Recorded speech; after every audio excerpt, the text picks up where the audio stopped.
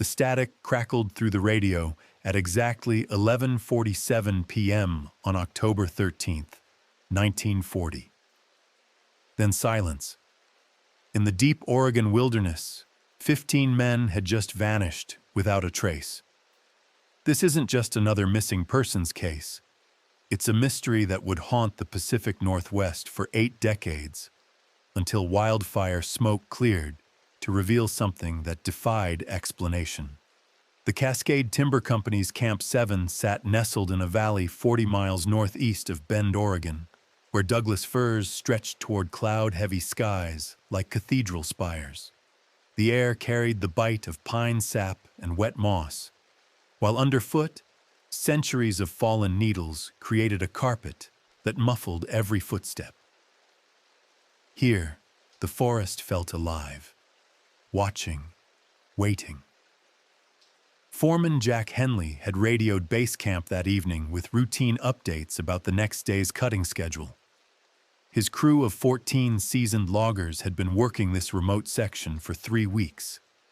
Their temporary barracks positioned strategically near a grove of old-growth timber that promised substantial profit for the company.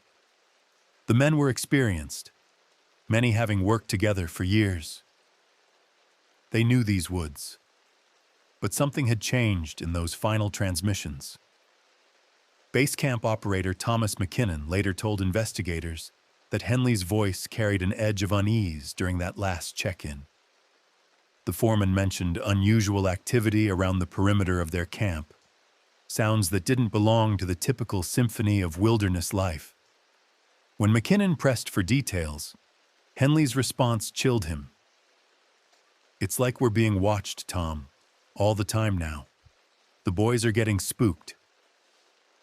Hey, before we dive deeper into this mystery, drop a comment and let me know where you're watching from and what time it is where you are.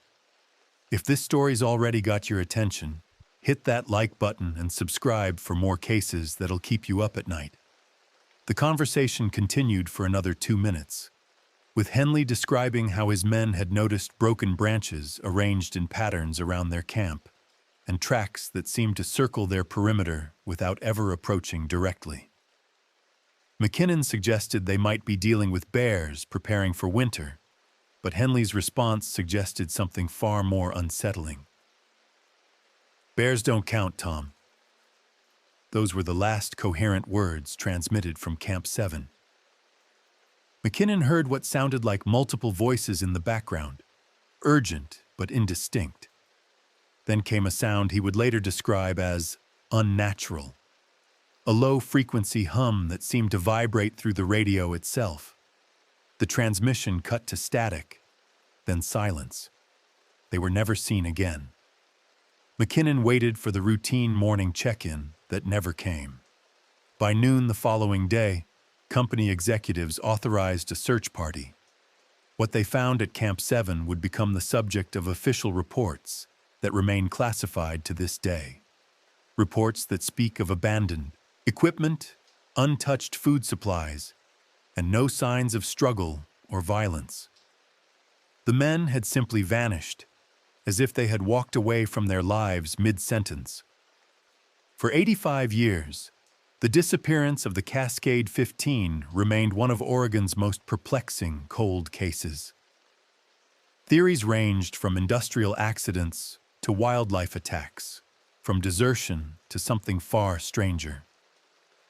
The timber company quietly closed the site, and the forest reclaimed Camp 7 within a decade.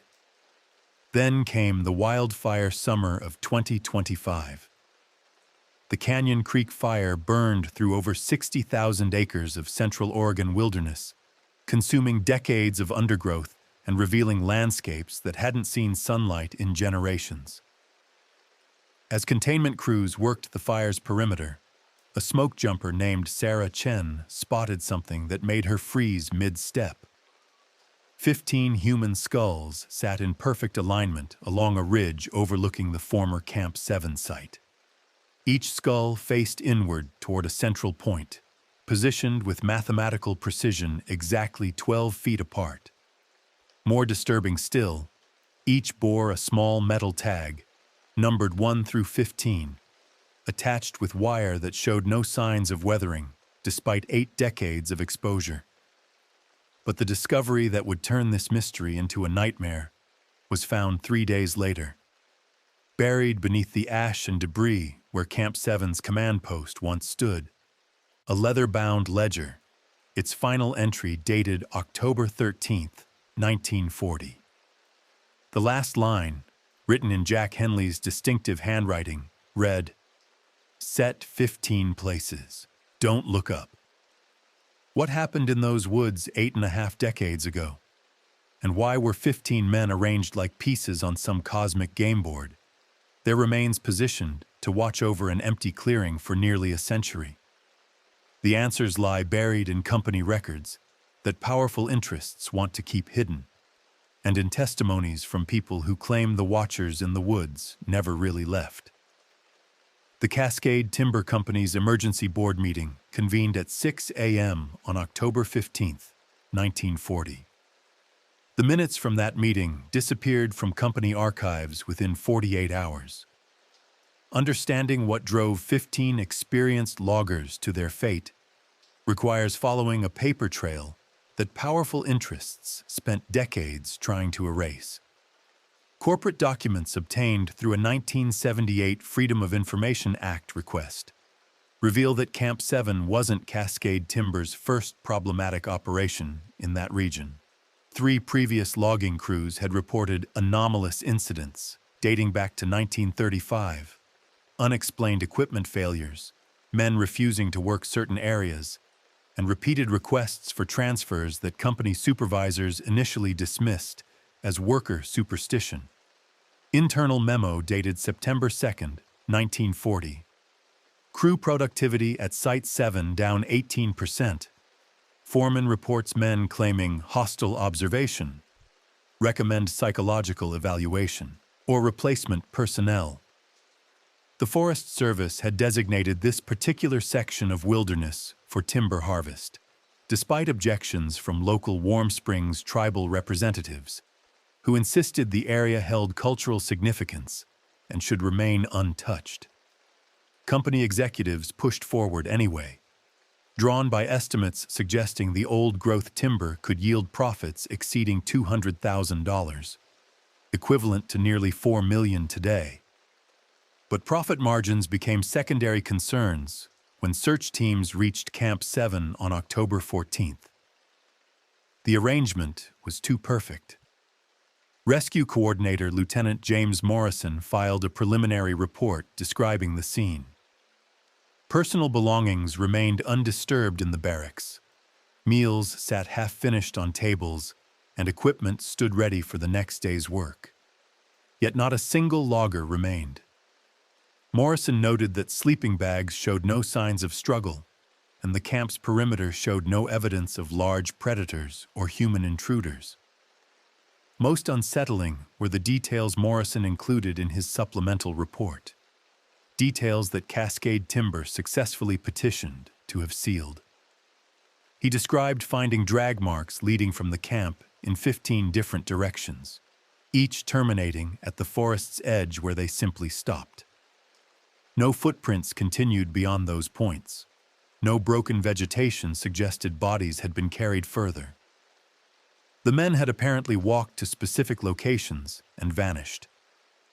Company representatives arrived at Camp 7 within hours of the search team's discovery, accompanied by federal agents whose presence remains unexplained in official records.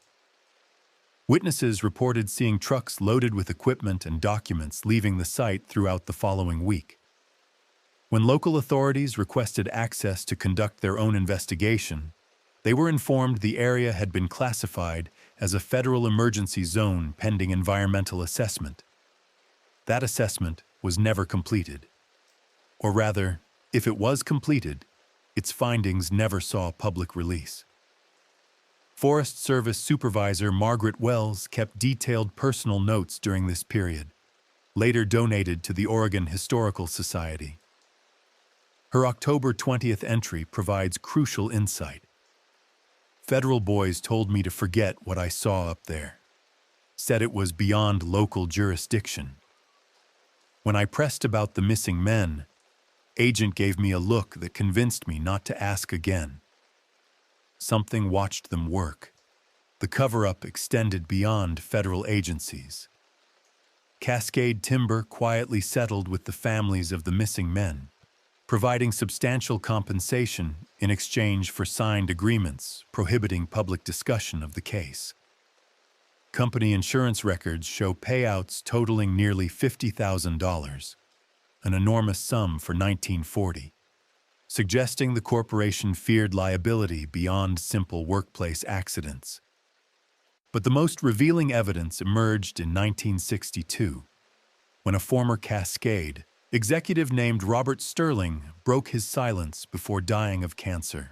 Sterling told his physician, Dr. Howard Nash, that Camp 7 had been abandoned not because of the missing workers, but because of what company surveyors had discovered beneath the forest floor during preliminary site preparation. According to Sterling's deathbed confession, ground-penetrating equipment had detected a vast underground chamber system extending beneath the entire logging area. Company geologists initially assumed they had discovered natural cave formations, but further investigation revealed architectural elements that predated European settlement by centuries. The discovery should have halted logging operations immediately.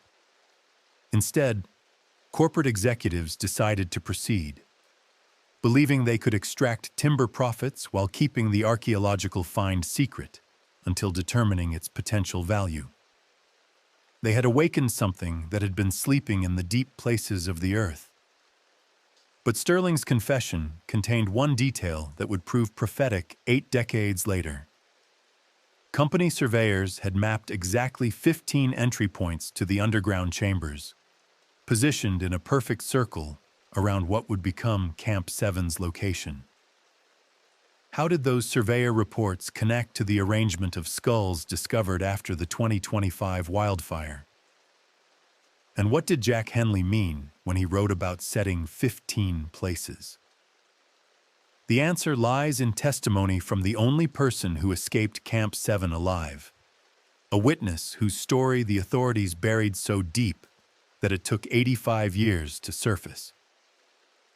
Emma Blackwood was 16 years old when she witnessed the last night of Camp 7. For 85 years, she kept silent about what she saw.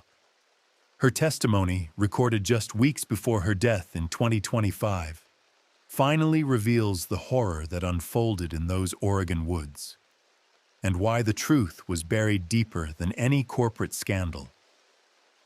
Emma had been working as a camp cook's assistant, one of only 3 women allowed at the remote logging site. Company policy officially prohibited female employees at distant camps, but her father, head cook William Blackwood, had convinced supervisors to make an exception after Emma's mother died earlier that year. She needed work, and the camp needed help feeding 15 hungry loggers. The sound of wind through ancient timber carried undertones that seemed almost musical, while the perpetual scent of wood smoke mixed with something earthier, something that reminded Emma of old cellars and forgotten graves. The forest floor felt spongy underfoot, as if the centuries of fallen needles concealed depths that went down forever. Emma's handwritten account, preserved in a sealed envelope until her attorney opened it this past January, describes the escalating strangeness that preceded the disappearance. Beginning in early October, the loggers had started finding arrangements of stones and branches around their work sites, patterns that seemed deliberate but served no apparent purpose. The men tried to laugh it off at first, Emma wrote. Said it was probably kids from town playing pranks, even though we were 40 miles from the nearest settlement. But the patterns kept appearing overnight, always in places where the crew had worked the day before, like something was marking their progress. More disturbing were the sounds that began occurring around October 10th.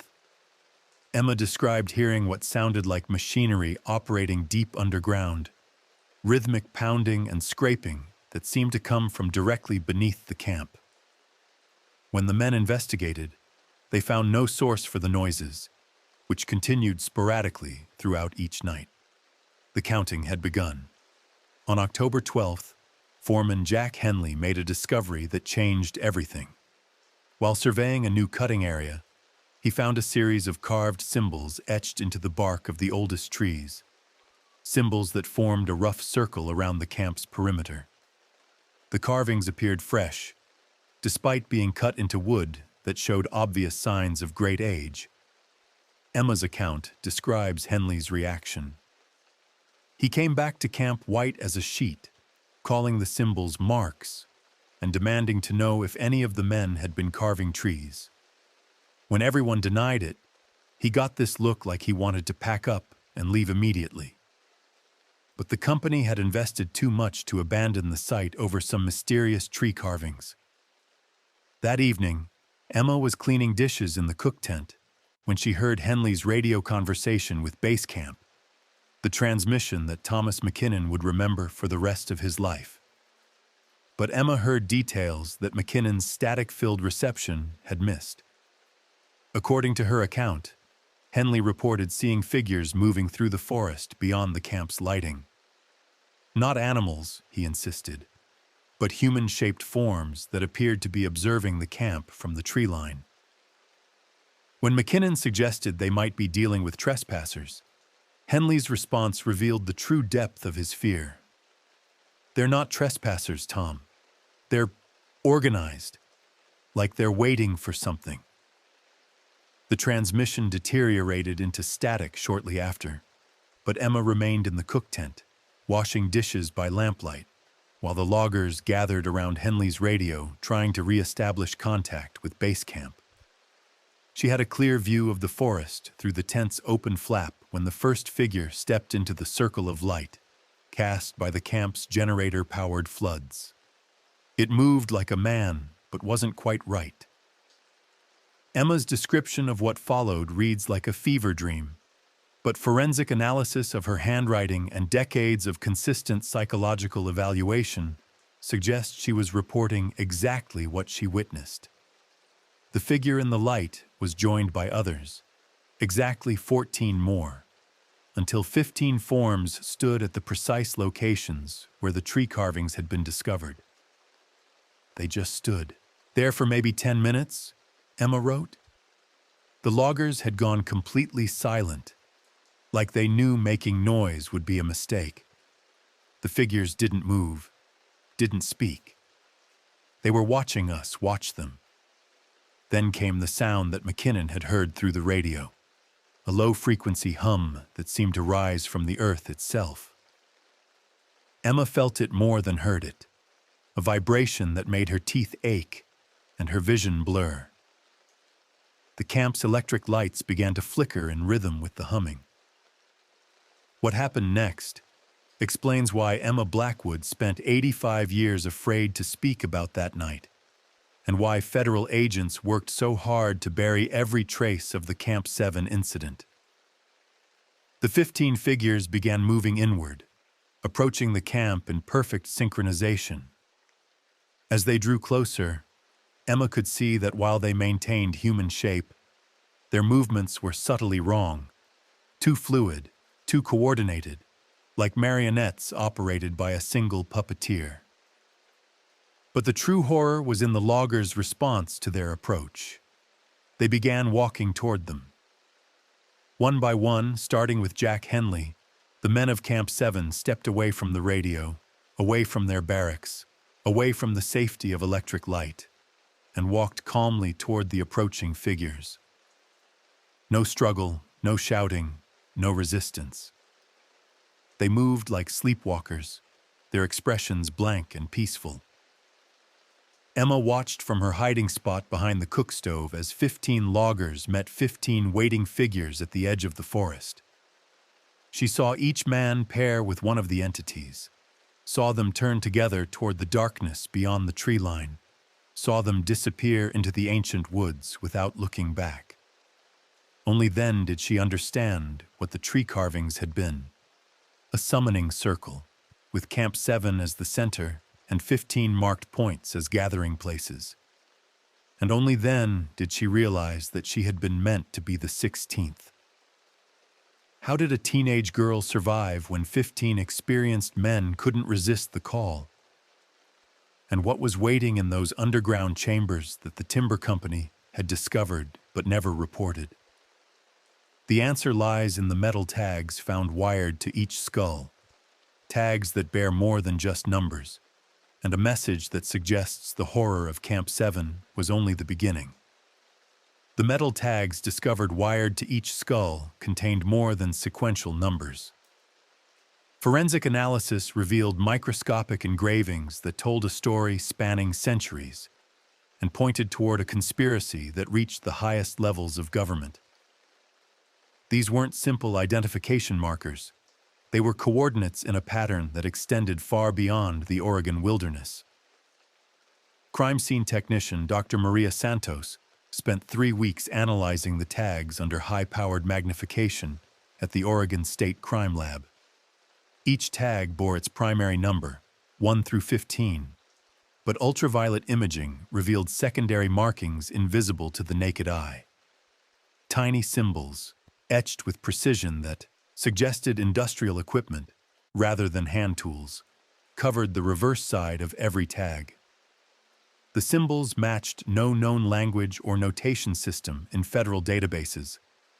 But when Santos arranged photographs of all 15 tags in numerical order, the symbols formed a coherent message that sent chills through the investigation team. Laboratory analysis dated the metal itself to approximately 1940. Confirming the tags had been attached to the skulls around the time of the loggers' disappearance. But spectroscopic testing revealed trace elements that shouldn't exist in metal forged during that era.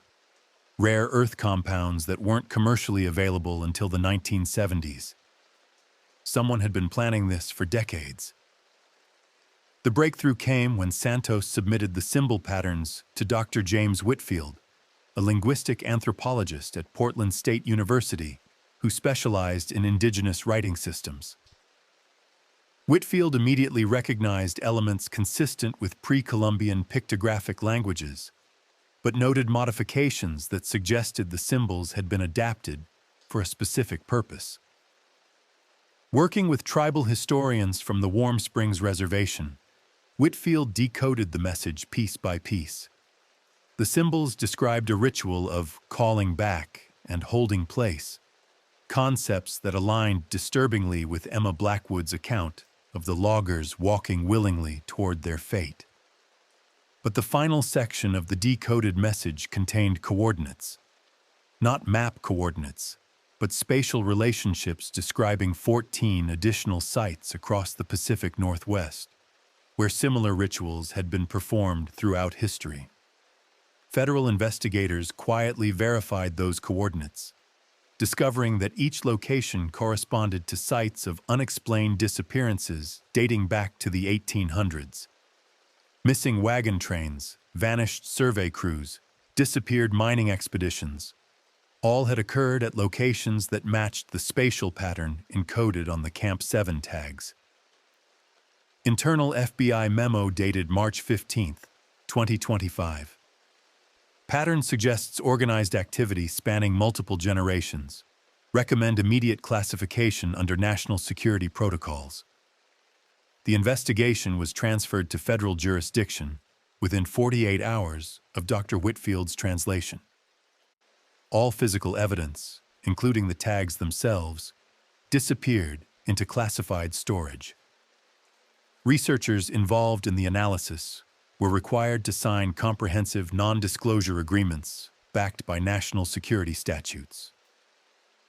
The pattern was still active, but copies of Santos's photographs had already been made, and Emma Blackwood's account provided the key to understanding what the tags really represented. According to her detailed testimony, the figures that had approached Camp 7 weren't acting randomly. They moved with purpose, as if following a predetermined plan that had been established long before the loggers arrived. The tags weren't just markers. They were reservations in a system that had been operating across the region for generations. Emma's account included a detail that investigators initially dismissed as trauma-induced confusion. She insisted that while hiding in the cook tent, she had heard one of the figures speak, not to the loggers, but to something else in the forest. The voice, she claimed, spoke in English, but with an accent she couldn't identify, saying, "15 confirmed. Protocol maintained. Advance to secondary sites." Secondary sites. The coordinates from the tags.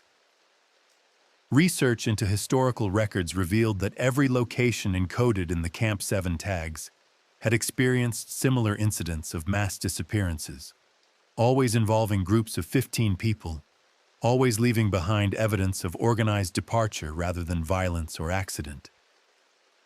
The pattern stretched back over 2 centuries, suggesting an operation of staggering scope and longevity. Most disturbing was the discovery that several of these historical disappearances had occurred on land later purchased by the same corporate entities that owned Cascade Timber Company. A web of shell companies and holding corporations connected the Camp 7 site to a network of properties across 3 states, properties where unexplained disappearances continued to occur with predictable regularity. The tags represented a quota system. Every few years, at predetermined locations, 15 people would be selected and removed from the population. The process was so systematic that federal demographers had unknowingly incorporated the disappearances into their statistical models, treating them as acceptable margins of error in population tracking. They had been farming people. But Emma Blackwood's survival had disrupted the system. As the intended 16th victim, her escape had left one position unfilled, a deviation from protocol that had apparently triggered a long dormancy period while the operators reassessed their security. The 2025 wildfire that exposed the Camp 7 skulls hadn't been a random natural disaster. Satellite imagery analysis revealed that the fire had started simultaneously at multiple points along a geometric pattern that perfectly matched the coordinates encoded on the tags. Someone had deliberately burned away the forest cover to expose evidence that had been hidden for 8 decades. The question was whether this revelation represented the end of the system or the beginning of its next phase. Analysis of the metal tag's composition had revealed one final secret. The rare earth elements embedded in their structure were identical to materials found in components used by advanced surveillance equipment. The tags weren't just markers. They were tracking devices designed to monitor the location and condition of their attached remains. Someone had been watching those 15 skulls for 85 years, waiting for the right moment to reveal them. What were the watchers in the forest really collecting these people for? And why had they chosen to expose their operation now, after nearly a century of perfect secrecy? The answer lies in recently declassified documents that reveal Camp 7 was just the beginning of something far larger, and that the system's operators were preparing for a harvest on a scale that would dwarf anything they had attempted before. The declassified documents emerged through a bureaucratic accident in March 2025. A misfiled Freedom of Information Act request revealed that the federal government had been monitoring the Camp 7 site continuously since 1940, and that similar operations were active across 17 western states. This wasn't a historical mystery. It was an ongoing program that had been perfecting its methods for nearly a century. The released files, designated Project Undergrowth, painted a picture of systematic human collection that operated under the cover of natural disasters, industrial accidents, and unexplained disappearances. The program's scope was staggering. Detailed records documented over 3,000 missing persons across the western United States, all fitting the same pattern of groups vanishing without trace from remote locations. The scent of old paper and government ink filled the National Archives reading room where investigative journalist David Chen first reviewed the undergrowth files. The documents felt heavy in his hands, their weight suggesting secrets that had been buried deliberately. Each page rustled with the whisper of decades-old conspiracies finally coming to light. Congressional Oversight Committee notes from 1958 revealed that Project Undergrowth had originally been classified as a defense initiative, designed to study population movement patterns in the event of foreign invasion. But the program's true purpose became clear in subsequent internal communications. The systematic removal of civilians from strategically important areas to create buffer zones around classified military installations. Internal memo dated July 4, 1963. Undergrowth protocol shows 97% effectiveness in target removal. Recommend expansion to include urban population centers for enhanced homeland security applications. The Camp 7 incident had been designated as Field Test Alpha, the first operational deployment of enhanced collection methods that combined psychological manipulation with what the documents euphemistically termed indigenous cooperation protocols. The 15 loggers hadn't been random victims. They had been specifically selected based on psychological profiles that suggested high susceptibility to the influence techniques being tested. They were perfecting mind control. Emma Blackwood's survival had represented a catastrophic security breach that forced the program underground for decades. Her resistance to the collection process had revealed flaws in the psychological manipulation techniques, leading to a complete operational review and the development of more sophisticated methods. The documents revealed that Emma's immunity hadn't been accidental. Blood samples taken during her initial FBI interview in 1940, samples she had never been told were collected, showed genetic markers that appeared in fewer than 1% of the population.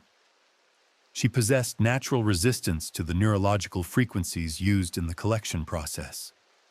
This discovery had prompted a massive genetic screening program, hidden within routine military medical examinations and public health initiatives.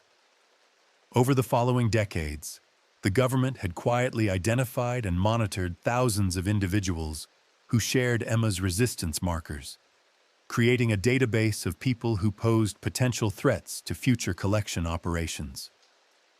The 2025 wildfire that exposed the Camp 7 skulls hadn't been intended to reveal the evidence. It had been designed to destroy it. Satellite analysis showed that the fire's ignition pattern was meant to completely incinerate the skull arrangement, eliminating the last physical proof of the original collection experiment. But the fire had burned faster than anticipated, consuming forest cover before reaching the target area and exposing the evidence instead of destroying it. The cleanup had failed. More disturbing were the recent communications within the undergrowth files, suggesting that the program's operators were preparing for a massive escalation. Climate change and increasing population density had made traditional remote collection sites harder to maintain. The operators were planning to transition from small-scale rural collections to large-scale urban operations.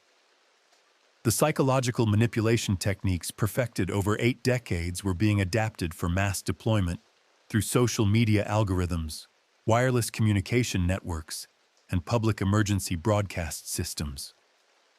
The goal was to trigger coordinated collection events that could remove thousands of people simultaneously while maintaining the appearance of natural disasters or social unrest. Beta test sites had already been selected in major metropolitan areas across the western United States. The documents included detailed maps of Seattle, Portland, San Francisco, Los Angeles, and Denver, with specific neighborhoods marked for priority collection based on population density and the prevalence of genetic resistance markers among residents. The Camp 7 skulls had been revealed not as historical evidence, but as a warning. Someone within the undergrowth program was attempting to expose the operation before the urban phase could begin. Analysis of the document's release pattern suggested that multiple whistleblowers within different agencies were coordinating to leak information while avoiding detection. The bureaucratic accident that had declassified the files showed signs of careful orchestration by individuals with high-level security clearances and intimate knowledge of government filing systems. The system was eating itself, but the most chilling revelation was contained in the program's timeline projections. The undergrowth operators were working toward a specific deadline: December 21st, 2025. On that date, they planned to begin simultaneous collection operations in all designated urban areas, potentially removing over 50,000 people in a single coordinated event. The winter solstice held significance beyond symbolic timing. Astronomical calculations showed that the date represented optimal conditions for what the documents called enhanced frequency propagation, suggesting that the collection methods relied on environmental factors that peaked during specific celestial alignments. Emma Blackwood had died just 3 weeks before the undergrowth files were released, taking her full knowledge of the collection process to the grave. But her final recorded statement, made to her attorney on her deathbed, contained a warning that now seemed prophetic. They're not done. They're just getting ready for something bigger. When the time comes, don't look up. The same warning that Jack Henley had written in his final logbook entry 85 years earlier. What were the operators of Project Undergrowth really preparing for? And could the exposure of their decades-long program be stopped before the December deadline arrived? The answer lies in the testimony of current whistleblowers who are risking everything to reveal that the collection sites have never been shut down, and that the watchers in the woods are no longer content to take 15 people at a time. Dr. Sarah Mitchell had worked for the Department of Interior for 12 years before she realized she was helping to coordinate mass disappearances. Her testimony, recorded in a secure location in August 2025, revealed that Project Undergrowth never ended. It simply evolved into something far more sophisticated. When Mitchell agreed to speak publicly, she knew she was signing her own death warrant.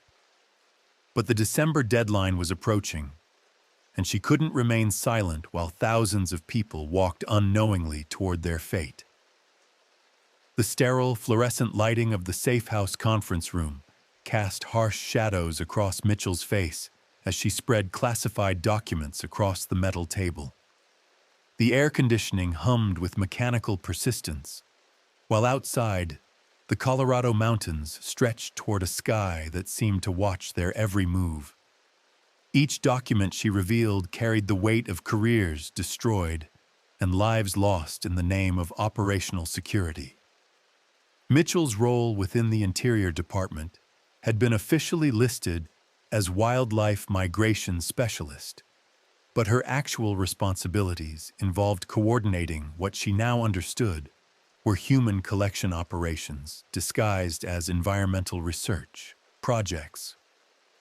For over a decade, she had been scheduling population surveys and ecological assessments that served as cover for systematic harvesting of civilians. "I thought I was protecting endangered species," Mitchell explained during her recorded testimony. "The data patterns I was analyzing showed what appeared to be animal migration routes and population density studies. It wasn't until I started noticing the correlation with missing persons reports that I realized what we were really tracking." The modern undergrowth program operated through a network of legitimate government agencies whose employees, like Mitchell, remained unaware of their true purpose. Wildlife services, geological surveys, forest management departments, and emergency response agencies all contributed data that fed into a centralized system designed to identify optimal collection opportunities. They had weaponized bureaucracy. Mitchell's access to the central database had been limited, but the patterns she observed revealed a collection system of terrifying efficiency. The program had evolved from the crude methods used at Camp 7 into a sophisticated operation that could predict and orchestrate mass disappearances with scientific precision. Modern collection sites were selected using algorithms that analyzed population density, genetic resistance prevalence, emergency response capabilities, and media coverage probability. The system could identify locations where groups of people could vanish without triggering widespread investigation or public attention. Recent operations had included the disappearance of an entire research team studying volcanic activity in Washington state. A group of hikers who vanished from a popular trail in Northern California despite perfect weather conditions, and the crew of a fishing vessel that had been found floating empty off the Oregon coast, with no signs of distress or struggle. Each incident had been explained away through official channels. The research team had been caught in an unexpected landslide. The hikers had suffered a tragic accident in an unmarked canyon. The fishing crew had been swept overboard by a rogue wave. But Mitchell's data showed that all three locations had been flagged by the undergrowth algorithm weeks before the disappearances occurred. The system was no longer reactive. It was predictive, identifying collection opportunities before they naturally occurred, and then orchestrating events to create those opportunities. Mitchell wasn't the only government employee who had begun to question the patterns they were observing. Her testimony referenced a growing network of federal workers who had started comparing notes and sharing concerns about the operations they were unknowingly supporting. The resistance was growing. Forest Service Ranger Michael Torres had noticed that wilderness areas marked for special ecological protection consistently experienced unexplained disappearances within months of receiving that designation. Emergency Services Coordinator Janet Walsh had identified anomalies in rescue response protocols that seemed designed to delay assistance to missing persons in specific geographic areas. Geological survey technician David Park had discovered that ground-penetrating radar operations were being conducted at sites with no apparent scientific value, but strong correlations to historical disappearance patterns. These whistleblowers had been carefully documenting evidence while maintaining their official positions, building a case that could expose the full scope of the undergrowth program. But they were working against a December deadline that appeared to represent something unprecedented in the operation's history. According to classified communications Mitchell had accessed, the December 21st event would mark the program's transition from covert collection to what planners called mass harvesting protocols. Instead of taking small groups from remote locations, the operators were preparing to collect thousands of people simultaneously from major population centers. The psychological manipulation techniques perfected over decades were being deployed through digital infrastructure that could influence behavior on a massive scale. Social media algorithms had been modified to identify and target individuals with specific psychological profiles, gradually conditioning them to respond to collection triggers embedded in emergency broadcast messages. The entire population was being programmed. Mitchell's most disturbing revelation concerned the ultimate purpose of the collection program. Documents she had accessed suggested that the harvested individuals weren't being eliminated. They were being transported to underground facilities for purposes that remained classified even within the undergrowth program itself. References to processing centers, conversion protocols, and integration procedures appeared throughout the communications Mitchell had reviewed, but the specific nature of these activities was compartmentalized beyond her security clearance level. What she had learned was that the underground chamber system discovered beneath Camp 7 in 1940 was just one node in a vast subterranean network that extended across the western United States. The chambers weren't natural formations. They were constructed facilities that had been expanding continuously for over a century.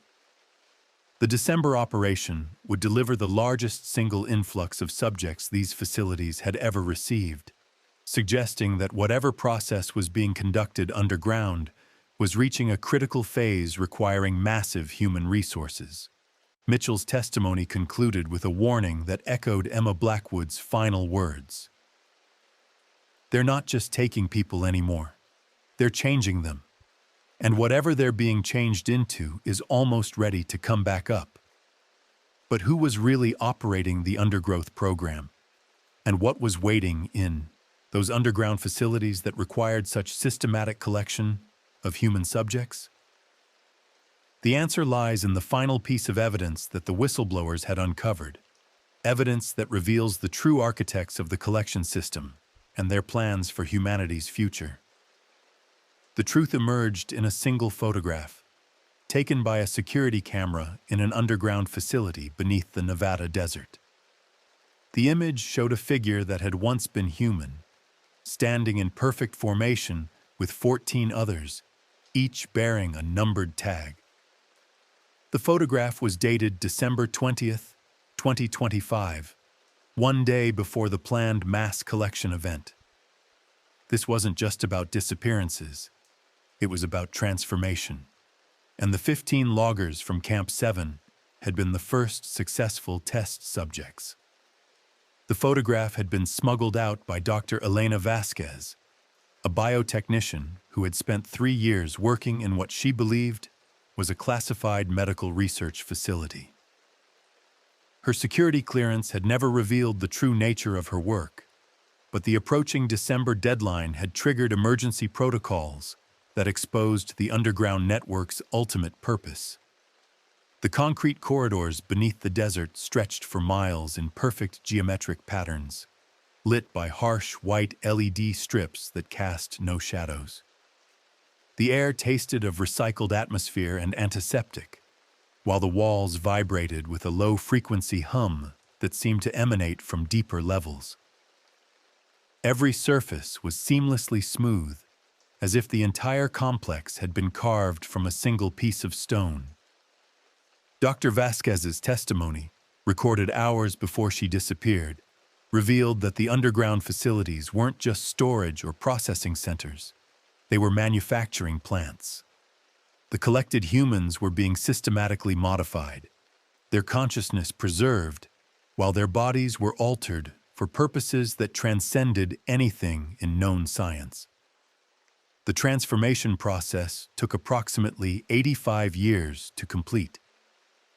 The timeline explained why the Camp 7 loggers had remained positioned around the original site for nearly a century. They had been undergoing conversion in the underground chambers, while their remains served as territorial markers for the next phase of collection. They were becoming something else. According to Vasquez's access logs, the facility she worked in contained over 3,000 subjects in various stages of transformation. Each individual retained their original memories and personality, but their physical forms had been modified to serve functions that the facility's documentation referred to as integration protocols and planetary management objectives. The subjects weren't prisoners. They were willing participants in a process they had been psychologically conditioned to accept. The collection techniques used at sites like Camp 7 didn't rely on force or coercion. They created genuine desire among the subjects to join the transformation program. Internal communications Vasquez had accessed revealed that the underground network was preparing for what planners called surface integration, the moment when the converted subjects would return to the outside world and begin implementing changes to human civilization from within. The December 21st mass collection wasn't designed to remove people from society. It was meant to provide the final batch of subjects needed to complete a transformation program that would place converted agents in key positions throughout government, military, corporate, and social infrastructure. Humanity was being replaced. The most disturbing element of Vasquez's testimony concerned the origins of the transformation technology. Her work had involved maintaining equipment that showed no resemblance to any known human technology. The machinery operated on principles that seemed to violate basic physics, manipulating matter and consciousness through methods that suggested non-human engineering. Documentation within the facility referenced original parameters and source specifications dating back to 1935, several years before the first recorded collection at Camp 7. The technology hadn't been developed by humans. It had been discovered, apparently buried within the underground chamber systems that riddled the western United States. The chambers themselves were ancient, predating European settlement by millennia. But they weren't natural formations or indigenous construction. They were artificial structures built by something that had operated on Earth long before recorded human history. The collection program represented humanity's first contact with a non-human intelligence, but not in the way most people imagined such contact would occur. The intelligence wasn't visiting Earth. It had never left. It had been waiting underground for centuries, slowly preparing to reclaim a planet it had once controlled. The transformation process was designed to create a hybrid workforce that could operate both in the underground facilities and on the surface world. The converted subjects retained human appearance and behavior, but served the interests of the entities that controlled the chamber systems. The Watchers had always been here.